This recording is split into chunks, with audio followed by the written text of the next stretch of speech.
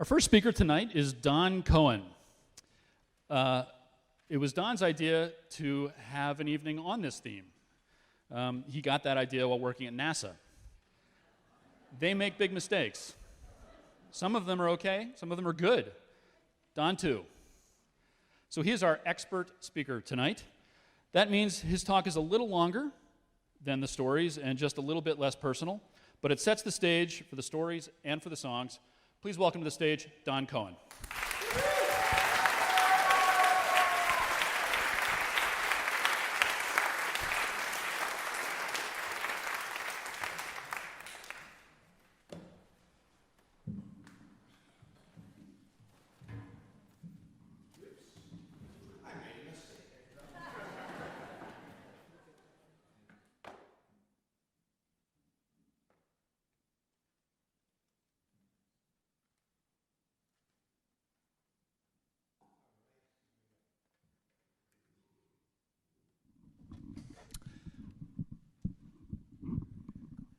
Thanks, Bill.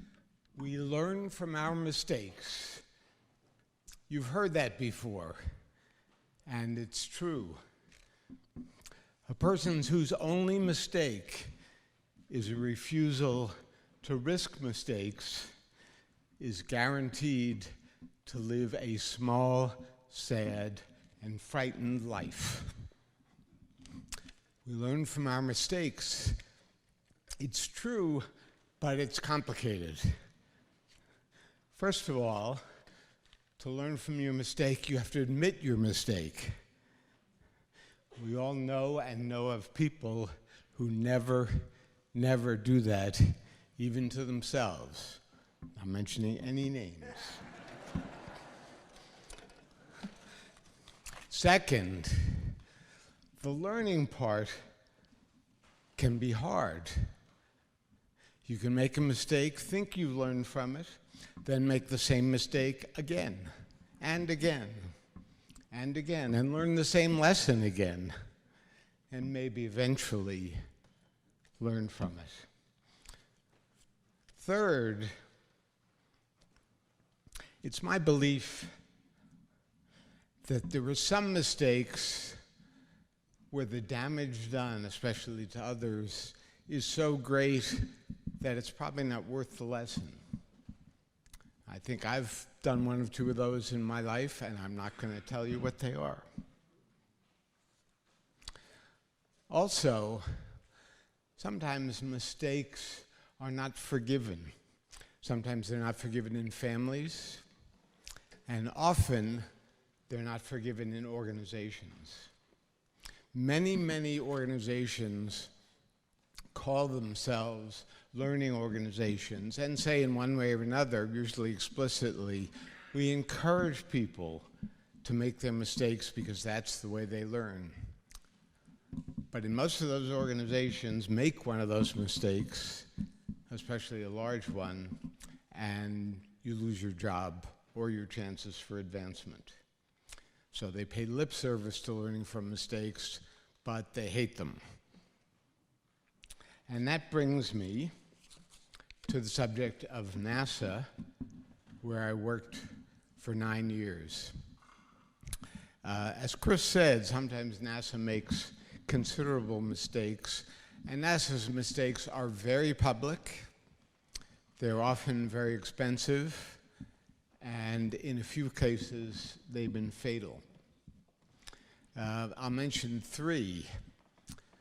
When the mirror for the Hubble telescope was ground, it was ground improperly. When the Hubble went into space, the first images that came back were totally worthless. Fortunately, that was a fixable mistake. And we've had these years of spectacularly wonderful images from Hubble.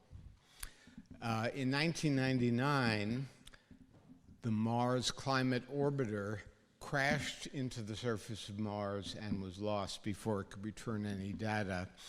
The mistake made in that case was that some of the engineers working on that project were working with the metric system and others were working with feet and inches. Right, embarrassing. But guess what? They learned to control that one. And NASA, over the years, 60 years of its existence, has had 3 fatal errors. Apollo 1 in the 60s, where 3 astronauts died, and 2 shuttle disasters, which I'm sure you're familiar with, Challenger and Columbia.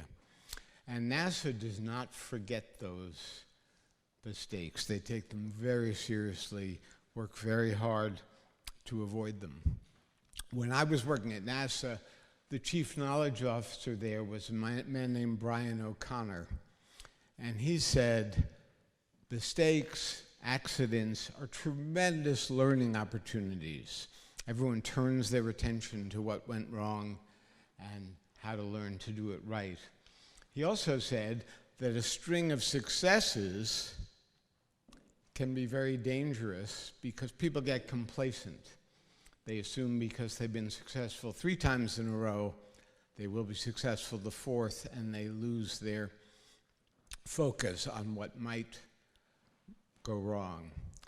A third thing that Brian said, which I found very interesting, and which actually I think is something we can probably apply to our personal lives. He was very interested in what he called near misses. That is, situations where something bad almost happened, but not quite. And he saw these as no-cost learning opportunities. And what he said was, instead of focusing on the brilliant thing you did that saved the day and prevented that accident, think about what almost happened. Think about it as if it had happened and see what you can learn from that. That's something I've sort of tried to think about occasionally when I've saved myself by the skin of my teeth from doing something really, really stupid.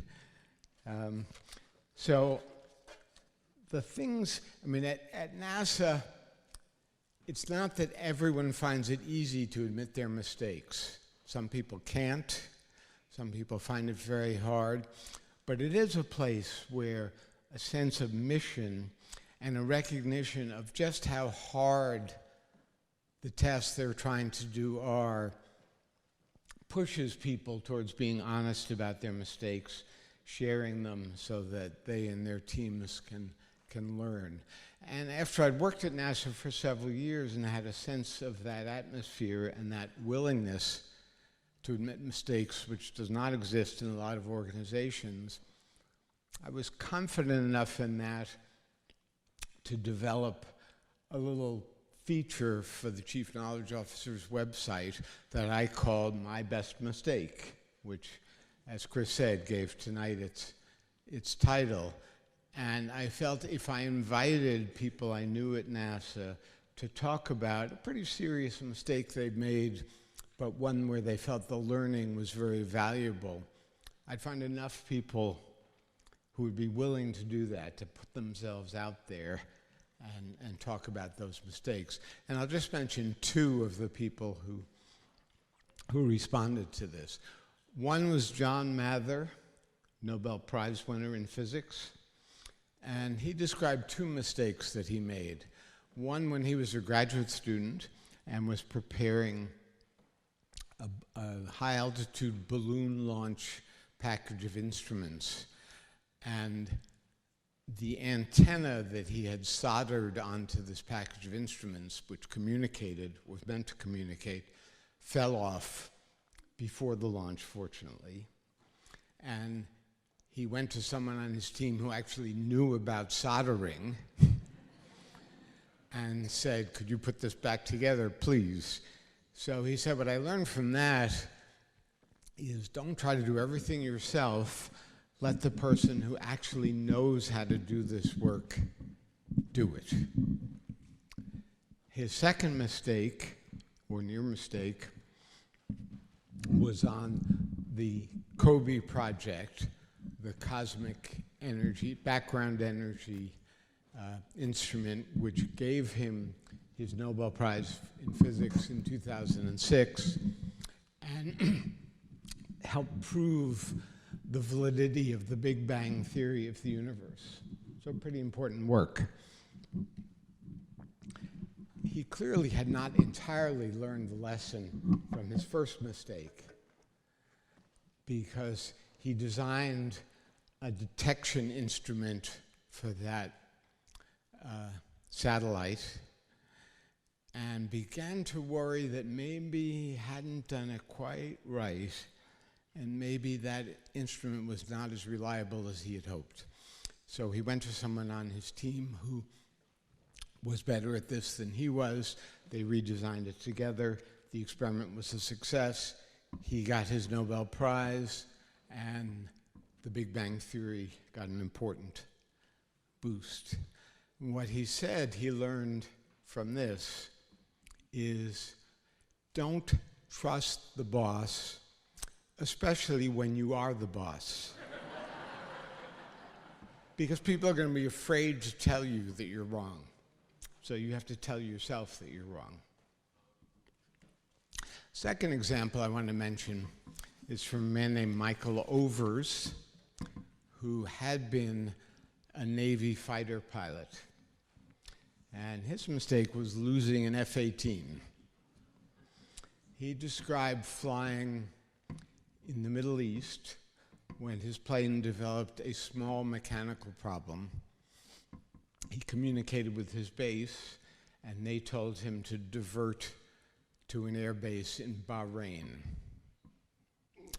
And what Michael says is he forgot the key hierarchy for pilots, which is aviate first, navigate second, communicate third. He was so busy navigating and communicating that he forgot to aviate, didn't realize that his plane was slowing down until it stalled and was out of control. So he bailed out, and his $30 million F-18 fell into the Persian Gulf. So Michael learned 3 lessons, he said, from this pretty serious mistake. First was, when he went before the review board that looked at this accident, he didn't make excuses. He said, you know what? I screwed up. And he says, and the fact that he admitted his fault and understood it from the beginning was probably responsible for their decision that he could keep flying. Whereas if he had made excuses for himself, it probably wouldn't have turned out that well. The other 2 lessons he learned took longer to learn. The second lesson was for him to learn to stop saying, I'm a failure, and to say instead, I failed. Big, important difference. And I think for those of you in the audience who may have made mistakes in your lives, there are probably a few of you, that's an important one. And the third lesson, very interesting, which came even later than that, his experience with that F-18 caused him to reevaluate his lifelong desire to be a pilot, and he decided that another career would be more satisfying for him. Also working with technology and jets and working in conjunction with NASA on some things. But it caused him to change careers in a way that he ended up being very happy with. So, like you, I have not heard any of the stories we're going to hear tonight. I'm looking forward very much to hearing them. I assume that none of them is about losing an expensive aircraft or about almost ruining an expensive space mission. But I can say that everyone you'll hear tonight, in common with the people I've mentioned, has had the honesty to look at their mistakes and the courage to share them publicly with you. And I think I can say that these mistakes that you will hear were used by these people to become the best people that they can be. Thank you.